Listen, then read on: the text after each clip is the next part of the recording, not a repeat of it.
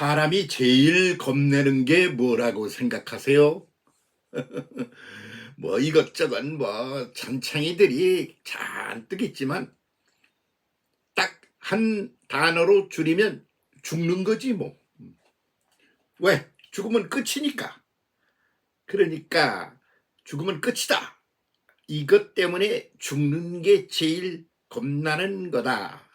그런 말씀이지요. 그 죽는 걸 얼마나 겁나는지 몰라.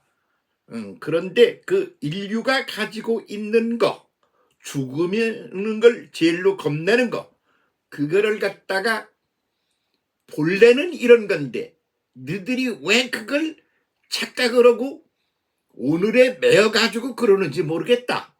그러고는 그 정답을 확 현실로 실제로 이렇게 보여주신 것이 부활, 성천, 성령 강림 이런 역사이지요. 그래서 부활하신 예수께서 맨 먼저 하신 게 뭐냐? 벌벌벌 떨고 죽음 때문에 겁나서 아이고 예수님도 죽었네. 이제 끝났네. 그러고 방구석탱이에 문을 꼭꼭 걸어 잠그고 그 안에서 부들부들부들 떨고 있는데 말이야. 그때 예수께서 그 제자들 한복판에 짜자장 나타나신 거야. 그래가지고 뭐라 그러시는 거 그러니 샬롬 그러셨거든요. 그 샬롬이 뭐냐 그러면 일상적으로 생각하면 말입니다. 그거는 유대인들의 인사예요, 인사. 그런데 평강, 평화 이런 걸 뜻하는 거죠. 그래서 우리네 안녕하세요 하는 거 하고 아주 똑 닮아 있어요. 그래서 그렇게 평강, 평화가 가득한 그런 거 해주려고 오셨다 그거요. 그래가지고 제일 먼저 샬롬 이렇게 인사를 하는 거예요. 그러고 그 성경 요한복음 20장 19절에 볼 것 같으면 뭐라고 그러시는 그러니 너희 속에 이 샬롬이 평강이 평화가 가득하기를 기원한다. 그런 말씀이지요. 그렇게 되려고 그러면 뭐요? 죽는 문제가 가장 심각해. 그런데 죽는 데 있어서 밥을 굶으면 죽어. 그러니까 가난해지는 게 아주 고약해. 그리고는 그 다음에 또 어떻게 해서 죽나? 병들어 죽어. 그러니까 아이고 병드는 게 아주 싫은 거야.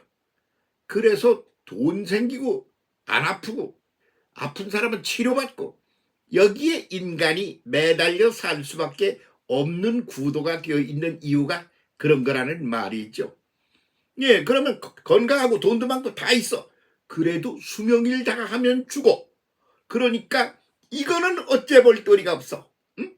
의사가 어떻게 볼 도리도 없고 말이야. 그런데 그거를 갖다가 확 깨뜨려 버렸어. 뭐로? 부활로. 어이구 죽으셨는데 어떻게 오셨지? 살아서 오셨네? 이거야. 그러니까 죽는다 하는 인간이 가지고 있는 큰 짐덩어리, 과제, 그거를 한 방에 짱 깨버리고는 짜자장 나타나셔서 그래서 제자들 한복판에 서가지고 너희에게 평강이 가득하기를 기원한다. 그런 말이요. 그 평화 샬롬이 뭐냐? 그러면 구체적으로 그 내용을 갖다가 이렇게 따져보면 그거는 가지고 있는 문제들이 다 해결나서 nothing, 모든 문제가 해결나고 끝났다. 이런 의미가 되는 거죠. 그 살려면 여러 가지 문제가 있잖아. 사는 게 뭐야? 애들 공부도 시켜야 되고 밥도 먹어야 되고 직장도 가져야 되겠고 말이야. 병들면 고쳐야 되겠고 건강하려고 운동도 좀 하고 댕겨야 되겠고 뭐 그렇게 많은 일들이 다 뭐야? 응? 안 죽으려고 그러는 거야. 응? 죽지 말고 좀 살았으면 좋겠어서 그러는 거 아니야? 그런데 그 문제를 갖다가 부활로 딱 해결해 놓으시고 그 한가운데 제자들 한가운데 딱 나타나셔서 샬롬 뭐냐 그러면 평강이 너희에게 가득하기를 바란다. 그래서 아무 일도 너희들이 걱정하는 일이 안 일어나기를 바란다.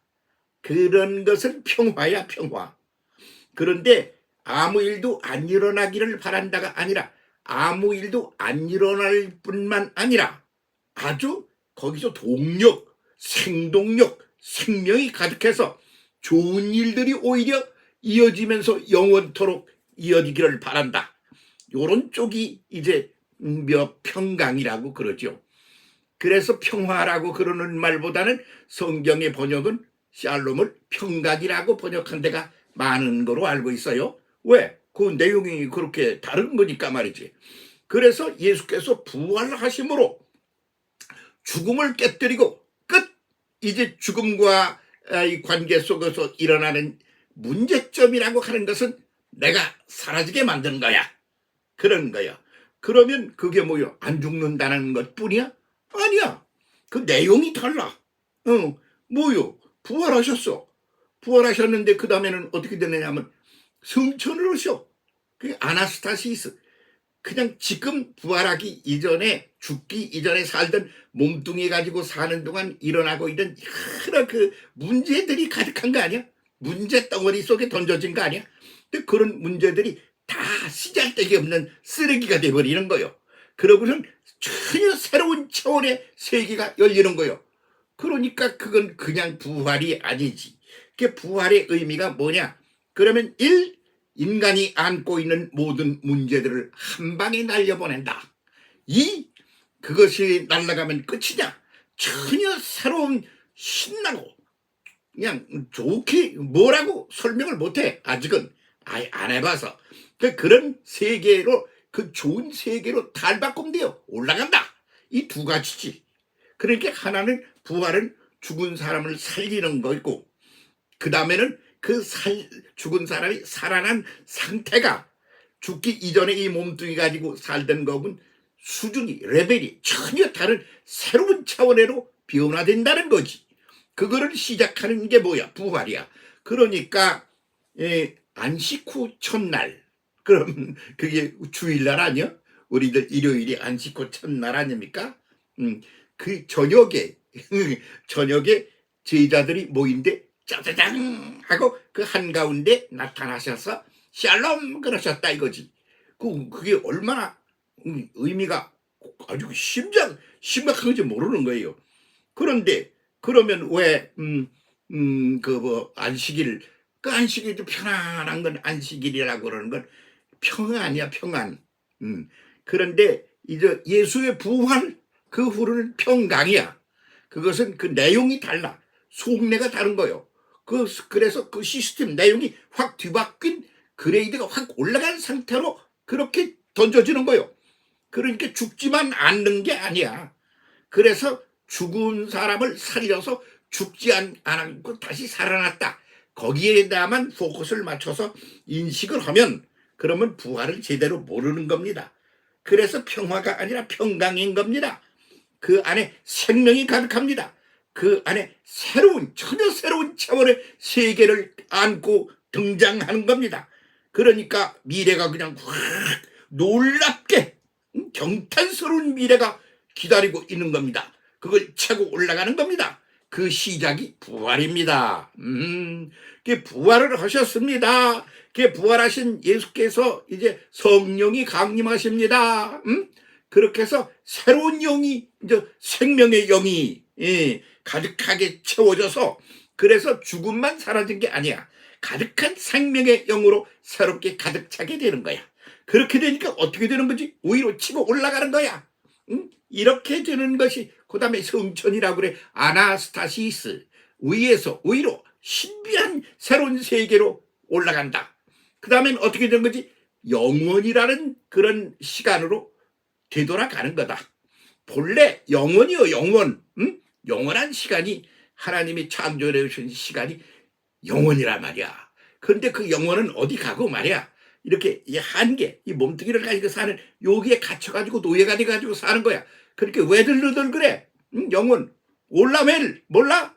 영원하신 하나님이야. 영생이야. 근데 왜 그걸 버리고 왜 현재 매가지고 그래? 그걸 샥 뒤바꿔 놓는 것의 시작이 부활이죠.